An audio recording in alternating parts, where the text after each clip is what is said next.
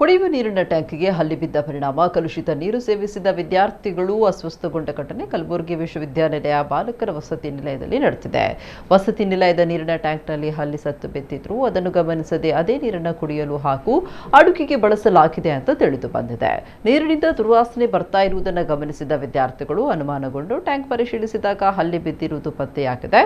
ಕಲುಷಿತ ನೀರು ಸೇವಿಸಿದ ಪರಿಣಾಮ 20ಕ್ಕೂ ಹೆಚ್ಚು ವಿದ್ಯಾರ್ಥಿಗಳಲ್ಲಿ ಸುಸ್ತು ಹಾಗೂ ಅಸ್ವಸ್ಥತೆ ಕಾಣಿಸಿಕೊಂಡಿದೆ. ಇದರಲ್ಲಿ 4 ವಿದ್ಯಾರ್ಥಿಗಳ ಆರೋಗ್ಯದಲ್ಲಿ ಏರುಪೇರು ಕಂಡುಬಂದ ಹಿನ್ನೆಲೆ ಅವರನ್ನು ತಕ್ಷಣ ಕಲಬುರಗಿ ಆಸ್ಪತ್ರೆಗೆ ದಾಖಲಿಸಿ ಚಿಕಿತ್ಸೆ ನೀಡಲಾಗ್ತಾ ಇದೆ. ಉಳಿದ ವಿದ್ಯಾರ್ಥಿಗಳಿಗೆ ವೈದ್ಯರು ಆರೋಗ್ಯ ತಪಾಸಣೆ ನಡೆಸಿದ್ದು ಅವರ ಆರೋಗ್ಯ ಸ್ಥಿತಿ ಸ್ಥಿರವಾಗಿದೆ ಅಂತ ತಿಳಿದು ಬಂದಿದೆ. ವಸತಿ ನಿಲಯದಲ್ಲಿ ಕುಡಿಯುವ ನೀರಿನ ಗುಣಮಟ್ಟ ಹಾಗೂ ಸ್ವಚ್ಛತೆ ಕುರಿತು ಸಮಗ್ರ ಪರಿಶೀಲನೆ ನಡೆಸುವಂತೆ ವಿದ್ಯಾರ್ಥಿಗಳು ಆಗ್ರಹಿಸಿದ್ದಾರೆ.